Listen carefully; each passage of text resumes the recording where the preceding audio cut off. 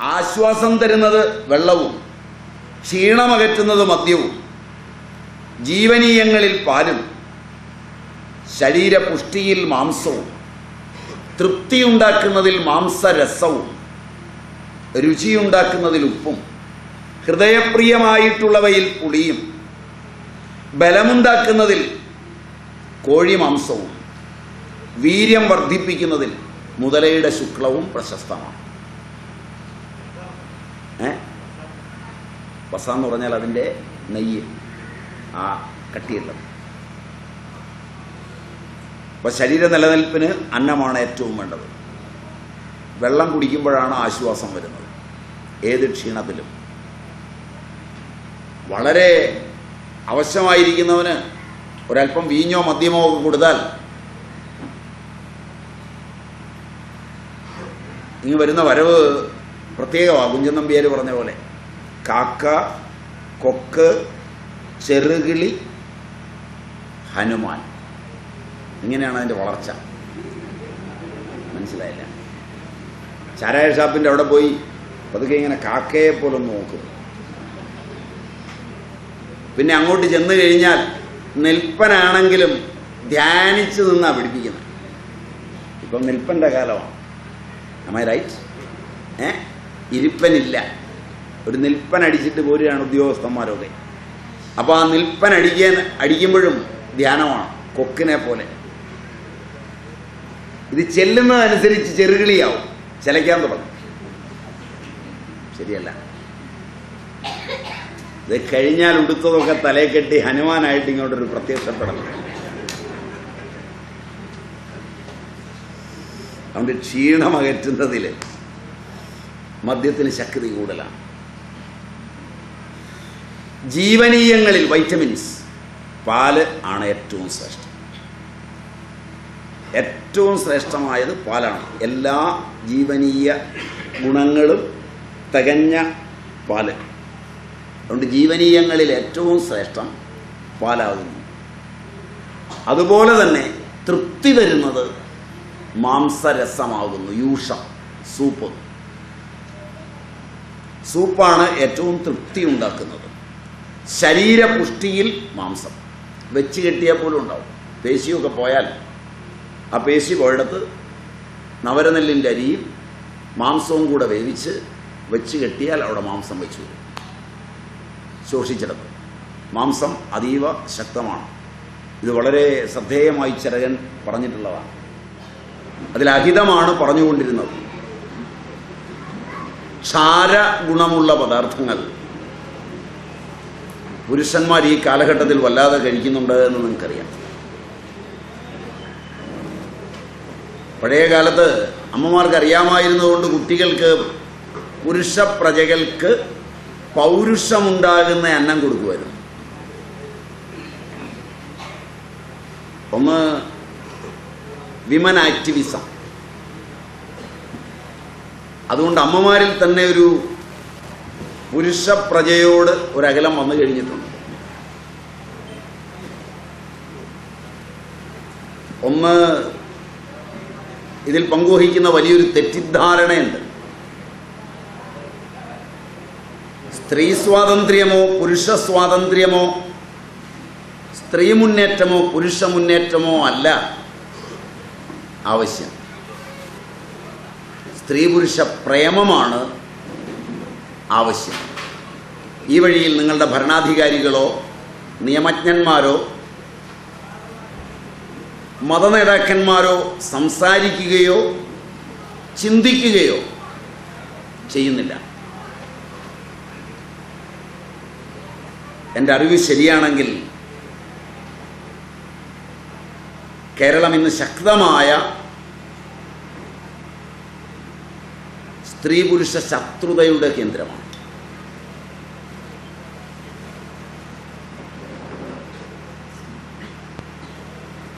ഒരു സ്ത്രീയോട് വർത്തമാനം പറയുന്നതിന് മുമ്പ് ഒരുമാതിരി ചിന്തിക്കുന്ന പുരുഷൻ ഒരു വലിയ അപകടം വരാൻ പോകുന്നു എന്ന് തോന്നുന്ന അവസ്ഥയിലാണ്.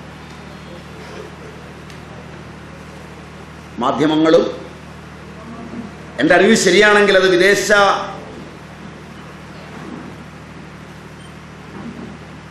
മാധ്യമങ്ങൾ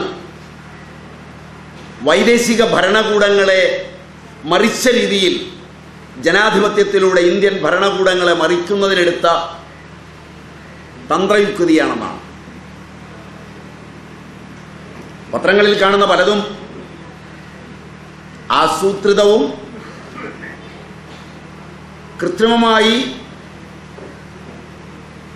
അതിനു പറ്റിയവരെ വെച്ച് ആസൂത്രണം ചെയ്തതും തദ്വാര രാജ്യത്തിൻ്റെ നിയമം മാറിമറിയുന്ന ഒരു വേളയിൽ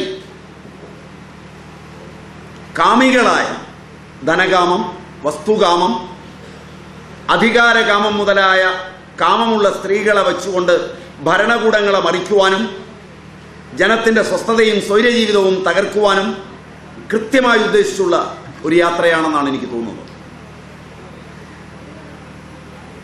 നിങ്ങൾ സമ്മതിക്കുമോ എന്ന് എനിക്കറിയില്ല. അതിൽ മുമ്പൊരിക്കലും വീഴാത്ത ഇന്ത്യൻ സ്ത്രീകൾ വീണു തുടങ്ങിയിരിക്കുന്നു എന്നുള്ളത് നിങ്ങൾ ചിന്തിച്ചാൽ മനസ്സിലാവും.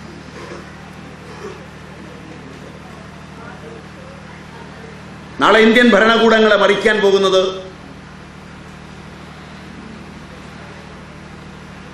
ഈ വഴിയിൽ തന്നെയായിരിക്കും. അതിൻ്റെ അലയൊലിയാണ് പലയിടത്തും കേൾക്കുന്നത്. അതിനെ ധർമ്മം, മനുഷ്യത്വം മുതലായവയിൽ ചാലിച്ചവതരിപ്പിക്കുവാൻ അവർക്ക് കഴിയുന്നു എന്നുള്ളതാണ് മാറ്റുകൂട്ടുന്നത്. ഇത് വരാതിരിക്കണമെങ്കിൽ കുടുംബത്തിനകത്ത് സ്ത്രീയും പുരുഷനും വിവിധ തലങ്ങളിലുള്ള പ്രേമം തിരിച്ചറിയണം. പ്രേമം അതിൻ്റെ ഉദാത്തവും ഉദാരവും ധാർമ്മികവുമാകുന്നത് അമ്മയും കുഞ്ഞും തമ്മിലാവും. അത് ശാരീരികമല്ല. പ്രേമം, വാത്സല്യം, കാമം മുതലായ വികാരങ്ങൾ ഉദാത്തീകരിക്കപ്പെടുമ്പോഴാണ് പ്രേമമുണ്ടാകുന്നത്. ഒരമ്മയുടെ വാത്സല്യം ഉദാത്തീകരിക്കപ്പെടുമ്പോൾ ആ കുഞ്ഞിനോടുള്ള പ്രേമം സർവ്വതിനും മേലെയാണ്. ഒരു കുഞ്ഞിന് അമ്മയോടുള്ള പ്രേമവും അങ്ങനെയാണ്. സ്ത്രീ സ്വാതന്ത്ര്യത്തിൻ്റെയും പുരുഷ മേധാവിത്വത്തിൻ്റെയും കഥകൾ രംഗപ്രവേശം ചെയ്തതോടുകൂടി ഒരു കുടുംബത്തിലും മാതൃപുത്ര പ്രേമമില്ല എന്നാണ് എൻ്റെ വിശ്വാസം. Am I right? അത് ഇന്ത്യൻ ആരോഗ്യരംഗത്തെ വല്ലാതെ കലക്കി മറിച്ചിട്ടുണ്ട്.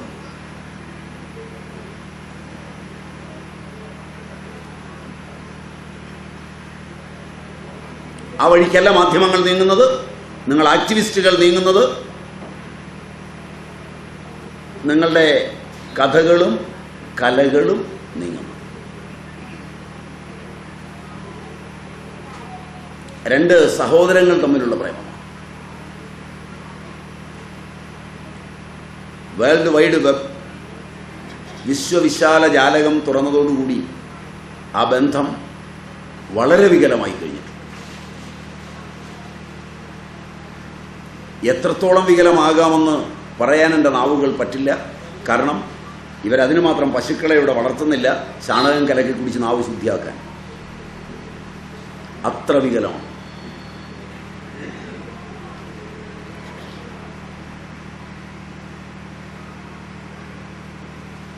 പിന്നെയുള്ളതാണ് ഭാര്യാഭർത്തൃബന്ധം. അതിൻ്റെ പ്രേമഭാവങ്ങളൊക്കെ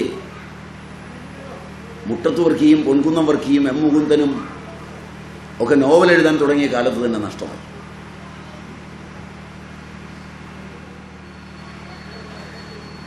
ഇന്ത്യൻ സാഹിത്യം സമീപകാലങ്ങളിൽ പ്രേമത്തെയല്ല കാമത്തെയാണ് പ്രേമമെന്ന പേരിൽ അവതരിപ്പിച്ചത്.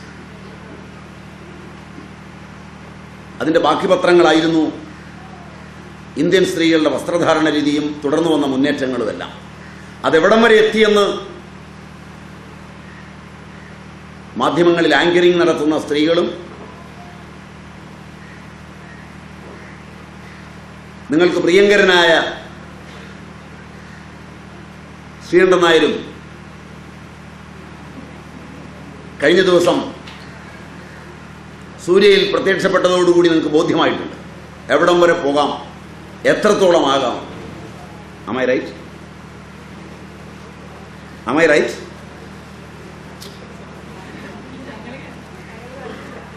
ഞാൻ മാത്രമേ കാണാവൂ.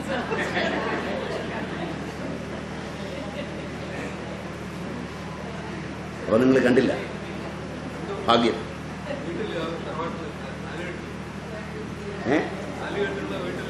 ആ ആ കണ്ടായിരുന്നോ പരിപാടി? ഞാൻ പറഞ്ഞത് ശരിയാണ്. മനുഷ്യനെ എത്രത്തോളം അധപ്പതിക്കാമെന്നുള്ളതിൻ്റെ ഏറ്റവും വലിയ രംഗമാണ്. അപ്പോൾ ഇത്തരൊരു അവസ്ഥയിലാണ് ഇന്ന് സ്ത്രീയും പുരുഷനും നിൽക്കുന്നത്.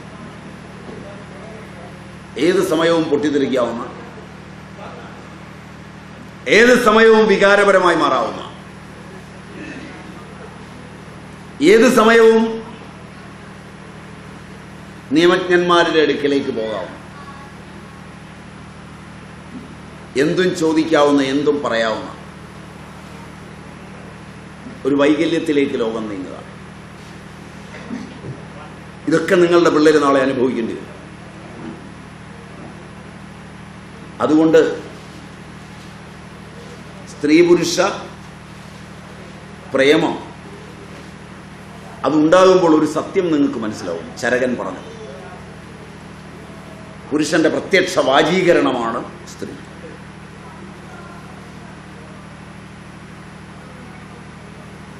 പുരുഷന്റെ ആരോഗ്യവും ഊർജവും ശക്തിയും ഒക്കെ തന്നെയാണ് സ്ത്രീ.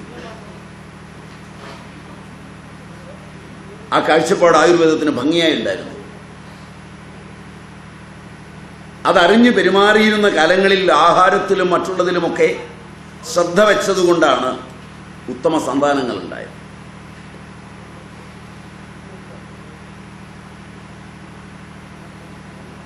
പുരുഷന്റെ പൗരുഷം കളയുന്നതോടുകൂടി ഇന്ത്യയിൽ അരങ്ങേറുക നിംഫോമാനിയയുടെ വികൃത രൂപങ്ങളെ. മലയാളം ഞാൻ പറയേണ്ടതെന്ന് വിചാരിക്കുന്നു. അത്രയും അറിയുന്നവർ മനസ്സിലായാൽ മതി എന്നോർത്താണ് ഞാൻ ആ പദം അങ്ങനെ ഉപയോഗിച്ചത്.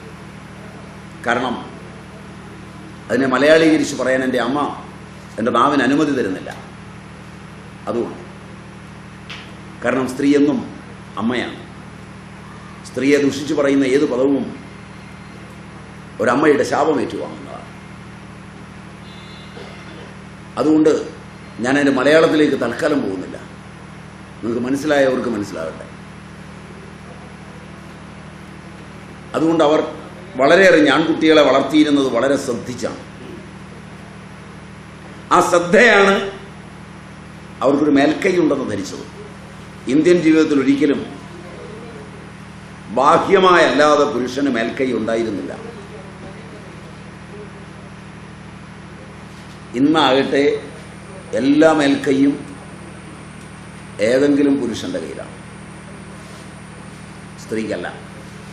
പലപ്പോഴും അത് വീട്ടിലെ പുരുഷനല്ല എന്നുള്ളതാണ് യാഥാർത്ഥ്യം.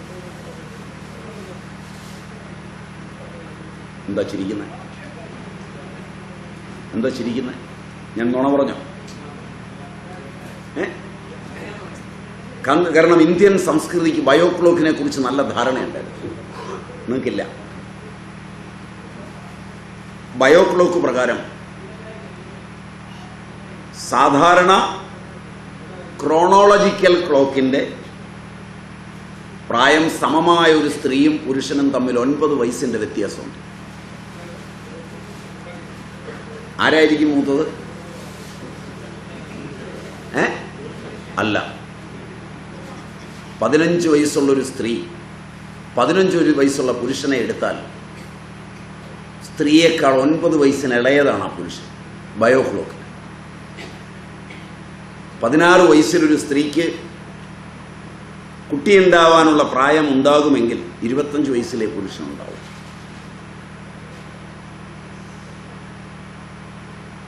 ഇതാണ് പഴയകാല വിവാഹങ്ങളിലെല്ലാം ഒരു 10 വയസ്സിൻ്റെ വ്യതിയാനം നിലനിർത്താൻ ശ്രമിച്ചത്. ഇന്നും തീരുമാനങ്ങളിൽ ഈ വ്യതിയാനം നിലനിൽക്കുന്നു എന്നുള്ളതാണ് യാഥാർത്ഥ്യം. സമപ്രായക്കാരായ ആൺകുട്ടികളും പെൺകുട്ടികളും വിവാഹം കഴിച്ചിടത്തൊക്കെ വ്യക്തങ്ങളായ തീരുമാനമെടുക്കേണ്ടി വരുന്നവയിലെല്ലാം സ്ത്രീ ഓഫീസിലുള്ളതോ താൻ പുറത്ത് പരിചയപ്പെട്ടതോ മറ്റ് ആധ്യാത്മികമായതോ ആയ തന്നെക്കാൾ ഒരു 9 വയസ്സ് 10 വയസ്സ് അധികമുള്ള ഒരു പുരുഷന്റെ നിർദ്ദേശം ഫോണിലൂടെ സ്വീകരിച്ചിട്ട് മാത്രമാണ് തീരുമാനമെടുക്കുന്നത്. നിങ്ങൾക്കിതിൻ്റെ സാമൂഹിക മനഃശാസ്ത്രം പഠിക്കാം.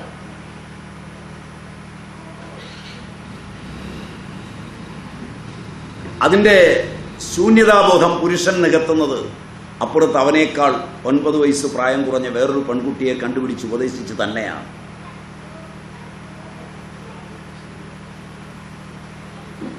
നിങ്ങൾ കേട്ടത് അത്ര സന്തോഷത്തോടെയാകാൻ വഴിയില്ല. പക്ഷെ നിങ്ങളുടെ മനസ്സിലൂടെ നിങ്ങളും നിങ്ങളുടെ അയൽവക്കംകാരും അടങ്ങുന്ന ഒരു വലിയ സ്ത്രീ സമൂഹവും പുരുഷ സമൂഹവും കടന്നു പോകുന്നുണ്ടെന്നുള്ളത് തീർച്ചയാണ്. ആം ഐ റൈറ്റ്? യാഥാർത്ഥ്യമുണ്ടെന്ന് തോന്നുന്നുണ്ടോ? അല്പമെങ്കിലും. തൻ്റെ കുഞ്ഞിനെ സ്കൂളിൽ ചേർക്കണം.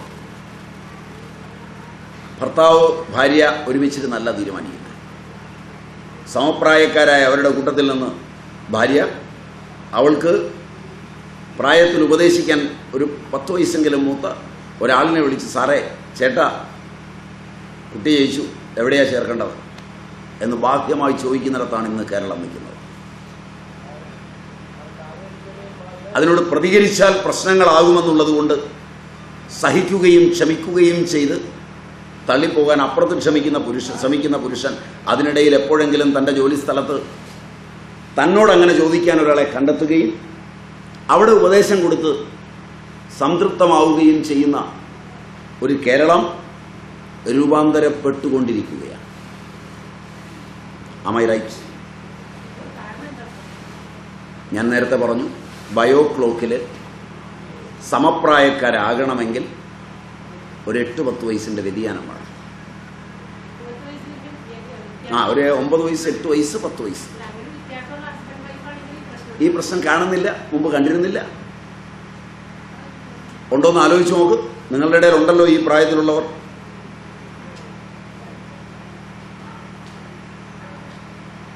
എന്താ ആലോചിക്കുന്നത്?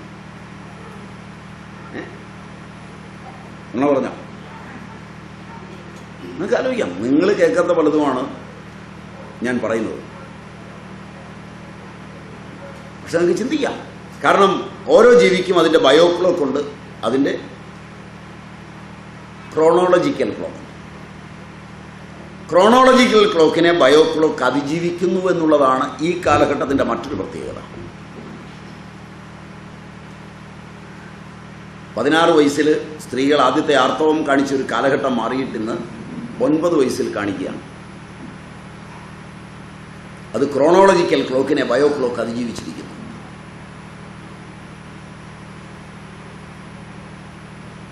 3.5 വയസ്സുള്ള കുട്ടി കന്യകയായിരിക്കുന്നു, പ്യൂബിക് ഗേൾ. കേരളത്തിലെ ഏറ്റവും പ്രസിദ്ധമായ അമൃത ഇൻസ്റ്റിറ്റ്യൂട്ട് ഓഫ് മെഡിക്കൽ സയൻസിലെ റിപ്പോർട്ടാണ്. സംശയമുള്ളവരെ അവരൊറ്റപ്പാലം വരെ ഒരു നോക്കി കാണിച്ചു തരാം. 3.5 വയസ്സ്.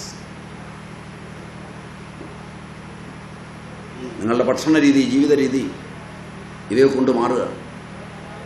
പുരുഷനിൽ വാർദ്ധക്യം വരുത്തുന്ന, പുരുഷത്വം കെടുത്തുന്ന ഒന്നാണ് ക്ഷാരം. അത് പറഞ്ഞുകൊണ്ടാണ് ഞാൻ അത്രയും വിസ്തരിച്ചത്. ഏതെങ്കിലും ആഹാരത്തിന് രുചി കളഞ്ഞു കൊടുക്കണമെങ്കിൽ, ഹോട്ടലിലൊക്കെ ചോറ് കൊടുക്കുമ്പോഴും മറ്റും രുചി കളയണമെങ്കിൽ പനച്ചിങ്ങ എന്ന് പറയും, അതിട്ട് വേവിച്ചാണ്. അപ്പോൾ രുചി കളയുന്നതിൽ പനച്ചിങ്ങ, തൊണ്ടയ്ക്ക് അഹിതമുണ്ടാക്കുന്നതിൽ പാകമാകാത്ത വ്ളാങ്ക, വിളാപ്പഴത്തിൻ്റെ വിളാങ്ക, ഹൃദയപ്രിയമല്ലാത്തവയിൽ കുറിയാട്ടിൻ്റെ നെയ്യ്,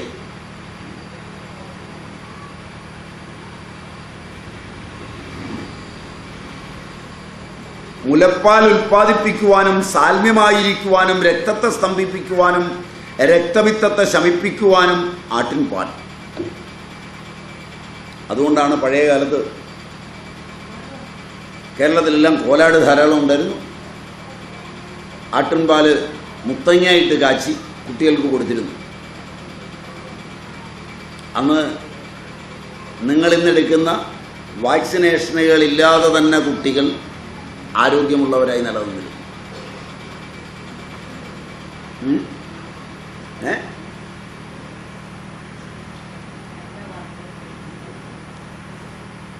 മറ്റേ എംഎംആറൊക്കെ എടുക്കണം. എംഎംആറിൽ റൂബല്ല എടുക്കുമ്പോൾ അതിൽ മെർക്കുറിക് അയോൺസ് ബ്രെയിനിലേക്ക് പോകും, ഓട്ടിസം ഉണ്ടാവും. ആ റൂബല്ലയുടെ സൈഡ് എഫക്റ്റാണ്. അതിൽ മെർക്കുറിക് അയോൺസ് ഉണ്ട്. കഫം പിത്തം ഇവയെ വർദ്ധിപ്പിക്കുന്നതും അഭിഷ്യന്തമുണ്ടാക്കുന്നതും സ്രോതസ്സുകളെ ക്ലേശിപ്പിക്കുന്നതും തൈരിൻ തെളി.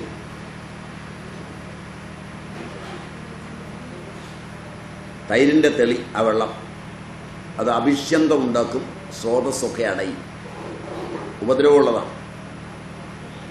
തൈരിന് തന്നെ ചില കുഴപ്പങ്ങളുണ്ട്. തൈര് തനിച്ച് കഴിക്കരുതെന്നൊക്കെ പറയുന്നതാണ്. തൈര്, ചെറുപയറിൻ്റെ പരിപ്പ്, നെല്ലിക്ക, നെയ്യ്, പഞ്ചസാര ഇവയൊക്കെ ചേർത്ത് മാത്രമേ കഴിക്കാവൂ എന്ന് പഴയ ആളുകൾ പറഞ്ഞിരുന്നതും അതുകൊണ്ടാണ്.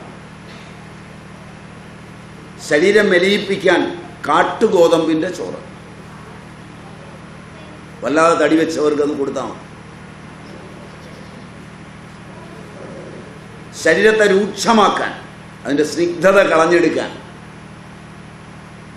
കാട്ടുവരകിൻ്റെ ചോറ്. മൂത്രം പോകാത്തവർക്ക് മൂത്രം വളരെ കൂടുതൽ പോകാൻ കരിമ്പിൻ്റെ നീര്. മലവും വാതവും ഉണ്ടാക്കുന്നതിന്, മലം പോകുന്ന കുറവാണ്, ധാരാളം പോകണമെന്നുള്ളവർക്ക് ഞാവൽപ്പഴം.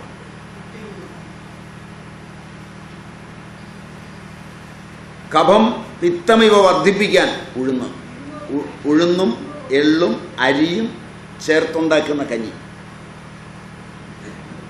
അതിനൊരു പേരുണ്ട്, ശഷ്കുലി. എള്ള്, ഉഴുന്ന്, അരി മൂന്നും ചേർത്ത് കഞ്ഞി വെക്കും. കഫവും പിത്തവും വർദ്ധിപ്പിക്കാൻ. അത് ചില സമയങ്ങളിൽ ആവശ്യം വരും, ചികിത്സാപരമായി. ആ സമയത്ത് ആയുസ് വർദ്ധിക്കാൻ നെല്ലിക്ക.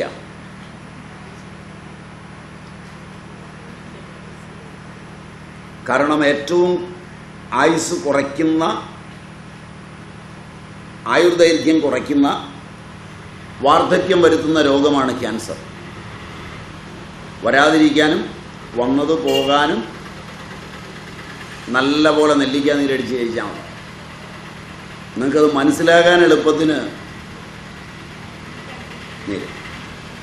നല്ല നെല്ലിക്ക ജ്യൂസ് ഡെയിലി ഒരു ഗ്ലാസ് അങ്ങ് അടിച്ചാൽ മതി. അത് നിങ്ങൾക്ക് മനസ്സിലാകാൻ എളുപ്പത്തിന് 99% ക്യാൻസറുകളിലും വൈറ്റമിൻ സി ലോ ആയിരിക്കും. 99% ക്യാൻസറിലും വൈറ്റമിൻ സി ലോ ആയിരിക്കും. കേരളത്തിൽ വൈറ്റമിൻ സിയുടെയും വൈറ്റമിൻ ഡിയുടെയും അളവ് ഗണ്യമായി കുറഞ്ഞുകൊണ്ടിരിക്കുകയാണ്. വൈറ്റമിൻ ഡി ഒരിക്കലും കുറയാവുന്ന ഒരു സ്റ്റേറ്റ് അല്ല കേരളം. കാരണം വൈറ്റമിൻ ഡിയുടെ ഏറ്റവും വലിയ സോഴ്സ് സൂര്യനാണ്. അതുള്ള കേരളത്തിൽ വൈറ്റമിൻ ഡി കുറയുന്നു. ഇത് കുറയ്ക്കാനുള്ള പദ്ധതി ആദ്യം ഉണ്ടാക്കിയത് കമ്പനികളാണ്. അത് കഴിഞ്ഞാണ് കമ്പനികൾ വൈറ്റമിൻ ഡി ചേർത്ത പല ടിൻ ഫുഡും ഇറക്കുമതി ചെയ്തു. ഇന്ത്യയിൽ അത് ആവശ്യമുള്ളതല്ല. അതിന് വളരെ മുൻകൂട്ടി നിങ്ങളെ AC-യിലേക്ക് ഒക്കെ മാറ്റി സൂര്യപ്രകാശം അല്പം പോലും അടിക്കാത്ത തരം വസ്ത്രങ്ങൾ വിദേശത്ത് നിന്ന് ഇറക്കുമതി ചെയ്ത് നിങ്ങളിൽ നല്ലൊരു ശതമാനം ഇട്ടിരിക്കുന്ന വസ്ത്രങ്ങൾ ബ്രാൻഡഡ് ക്ലോത്ത്സാണ്. അത് വൈറ്റമിൻ ഡി തടയുന്നവയാണ്. വൈറ്റമിൻ ഡി തടഞ്ഞിട്ട് വേണം നിങ്ങളുടെ എല്ലിനും പല്ലിനുമൊക്കെ ബലം കുറയാൻ. എല്ലിന് ബലം കുറഞ്ഞിട്ട് വേണം തേയ്മാനം എന്ന് പറയാൻ. എന്നിട്ട് വേണം മരുന്നെഴുതാൻ. ഇത് കൃത്രിമമാണെന്ന് തന്നെയാണ് ഞാൻ പറഞ്ഞത്. നിങ്ങൾ വിശ്വസിക്കുന്നതിനേക്കാളൊക്കെ അപകടകരമായി. അവിടെയാണ് ഈ പ്രാചീനൻ ആയുർദൈർഘ്യത്തെ പറ്റിയൊക്കെ വളരെ ഗംഭീരമായി ചിന്തിച്ചത്. ത്വക്ക് രോഗങ്ങൾ തുടങ്ങുന്നുവെന്ന് കണ്ടാൽ അത് സമ്പൂർണമായി കളയാൻ കരിങ്ങാലി മാത്രം മതി. വെള്ളം തിളപ്പിച്ച് കുടിച്ചാലും മതി. രക്തശുദ്ധീകരണത്തിന് കരിങ്ങാലി. ഛർദിപ്പിക്കുവാൻ മലങ്കാരയ്ക്ക. അല്പശോധനയ്ക്ക് കൊന്ന, നല്ല ശോധനയ്ക്ക് പകുന്ന. അതൊരു ചെടിയാണ്. പകുന്ന അതൊരു ചെടിയാണ്. എൻ്റെ വാങ്ങിക്കാൻ കിട്ടും, അങ്ങാടിയിൽ കിട്ടും. നല്ല ശോധന കിട്ടാൻ അതാണ്. സാമാന്യ ശോധന കിട്ടാൻ കൊന്ന, കണിക്കൊന്ന. കണിക്കൊന്നയുടെ തൊലിയുടെ നീര് പിഴിഞ്ഞ് പാലിലോട്ട് ശാലം കഴിച്ചാൽ വയറെന്നുള്ളത് ആവശ്യത്തിന്, അത്യാവശ്യത്തിന്. കണിക്കൊന്നയുടെ തൊലി കൊണ്ടൊന്ന് തിളപ്പിച്ച് വെള്ളം കുടിച്ചാൽ വയറൊരുമാതിരി ഇളകിപ്പോകും. ഒരാവശ്യത്തിനുള്ളത്. ഇതിനേക്കാളൊക്കെ രസവും നല്ലതുമാണ് കണിക്കൊന്നയുടെ തളിരില പറിക്കുക, നല്ലപോലെ ചെറിയ ഉള്ളി അരിയുക, കുറച്ച് തേങ്ങയൊക്കെ തിരുമ്മി നല്ലപോലെ ഒരു ഉപ്പേരി ഉണ്ടാക്കി, തോരൻ ഉണ്ടാക്കി നല്ലപോലെ ചോറിൻ്റെ കൂടെ ഉണ്ണുക. എഴുന്നേറ്റ് നേരെ അങ്ങോട്ട് പോയിക്കോളും, കുഴപ്പമില്ല. ഞങ്ങൾ ഈ ആശ്രമത്തിലൊക്കെ ഒരുപാട് ദിവസം ആളുകൾ വന്ന് താമസിക്കുമ്പോൾ ഇടയ്ക്ക് വരികയൊക്കെ ഒന്ന് വയറിളക്കി വിടാറുണ്ട്. അത് ഈ കണിക്കൊന്നയുടെ തള്ളിലല്ലാണ്. അതോടുകൂടി അവർ പ്രഭാവമുള്ളവരും മുഖത്തിന് സ്ത്രീയുള്ളവരും ഒക്കെ ആയിത്തീരുകയും നല്ല ചിന്തയുള്ളവരാകുകയും ഒക്കെ ചെയ്യും. പോകാൻ വേണ്ടി ചെയ്യുന്നതല്ല, അത് തെറ്റിദ്ധരിക്കണ്ട. പോകാനാണെങ്കിൽ പകുന്ന വേണം. നിങ്ങൾ അങ്ങനെയാണോ ഓർത്തെടുത്തത്? അല്ല.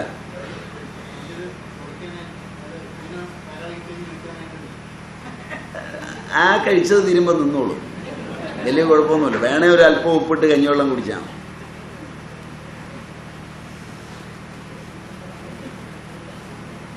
ശിരോവിരേചനത്തിന് കടലാടി.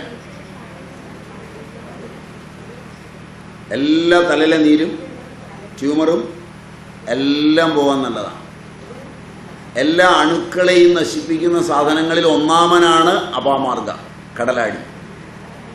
ശരിയായി കഴിച്ചാൽ hepatitis B, hepatitis C, HIV എല്ലാം പോകും. അരച്ച് പാലി കഴിച്ചാൽ മതി. നല്ല ചെറിയ കടലാടി സമൂലം 100% പോകും. കാരണം അപാമാർഗ അഥർവവേദത്തോളം പഴക്കമുള്ളതാണ്. ഒരു നെല്ലിക്ക വലിപ്പം കഴിച്ചാൽ മതി. കുറച്ച് ദിവസം കഴിച്ചോളുക. ഇപ്പോൾ ദിവസമൊക്കെ നോക്കണം. ഇത് കുറച്ച് ദിവസം കഴിച്ചു എന്ന് വെച്ചാൽ കുഴപ്പമൊന്നുമില്ല.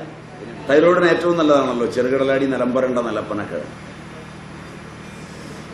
അപ്പോ കടലാടി വളരെ ഫലപ്രദമാണ്. ചെറിയ കടലാടി നല്ലതാണ്, വലുതും നല്ലതാണ്, ചെറുതാണ് കൂടുതൽ ഈ രംഗത്ത് പറയുന്നത്. ചെറുകടലാടിയോളം തന്നെ അണുനാശകമാണ് വിഴാലരി. കൃമിനാശത്തിന് വിഴാലരി എല്ലാ അണുക്കളെയും കൊല്ലും. മുമ്പ് പറഞ്ഞൊക്കെ. വിഷത്തിന് നന്മേനിവാകാം. പഥ്യമായവയിൽ കടുക്ക എല്ലാത്തിനും ഉപയോഗിക്കാം. വാതനാശത്തിന് അരത്ത,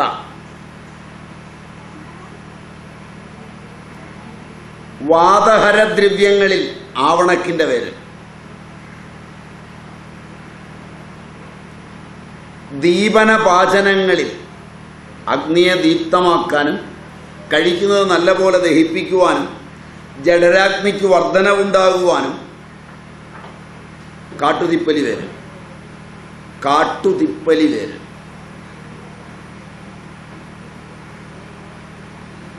ദാഹശമനം, അന്നപചനം, ജഠരാഗ്നി ദീപ്തി, ഛർദി അതിസാര നാശനം എന്നിവയ്ക്ക് ഇരുവേലി വളരെ ഫലപ്രദമാണ്. ഇരുവേലി നിങ്ങൾ തെറ്റിദ്ധരിച്ച് ചിലപ്പോൾ പനിക്കൂർക്കയാണെന്ന് ആയിരിക്കും, അതിൻ്റെ ഇല പോലൊക്കെ തന്നെ ഇരിക്കും, കണ്ടിട്ടുണ്ടാവും. അത്രയും ഗന്ധമില്ല, അത്രയും തടിപ്പുമില്ല, സമൂലം നല്ലതാണ്. മലബന്ധമുണ്ടാക്കാനും പാചനത്തിനും പലകപ്പയ്യാനി, മുത്തങ്ങ, പയ്യാനി മുത്തങ്ങ. മലബന്ധമുണ്ടാക്കുക, ദീപനമുണ്ടാക്കുക, രക്തപിത്ത ശമിപ്പിക്കുക, കൊതി മാറ്റുക.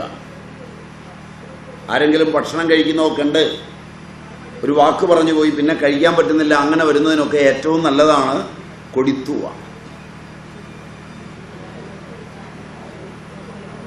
വേര് വേര് വേര് കൊടിത്തൂവ വേര് ചൊറിയും. അത് കൈയുടെ അകത്ത് ചൊറിയില്ല, കൈയുടെ അകത്ത് ചൊറിയില്ല, പുറത്ത് പറ്റാതെ സൂക്ഷിച്ചാൽ മതി. വള്ളി കൊടുത്തുക മറ്റത് നല്ലതാണ്. മറ്റതൊക്കെ നല്ല തോരൻ വെച്ച് കൂട്ടാനൊക്കെ വളരെ നല്ലതാണ്, ഉപ്പേരി വെച്ച് കൂട്ടാനൊക്കെ. വേറെ അരച്ച് കഴിക്കണം. വേറെ അരച്ച് കഴിക്കണം, തിളപ്പിച്ച് വെള്ളം കുടിക്കണം, സിമ്പിൾ.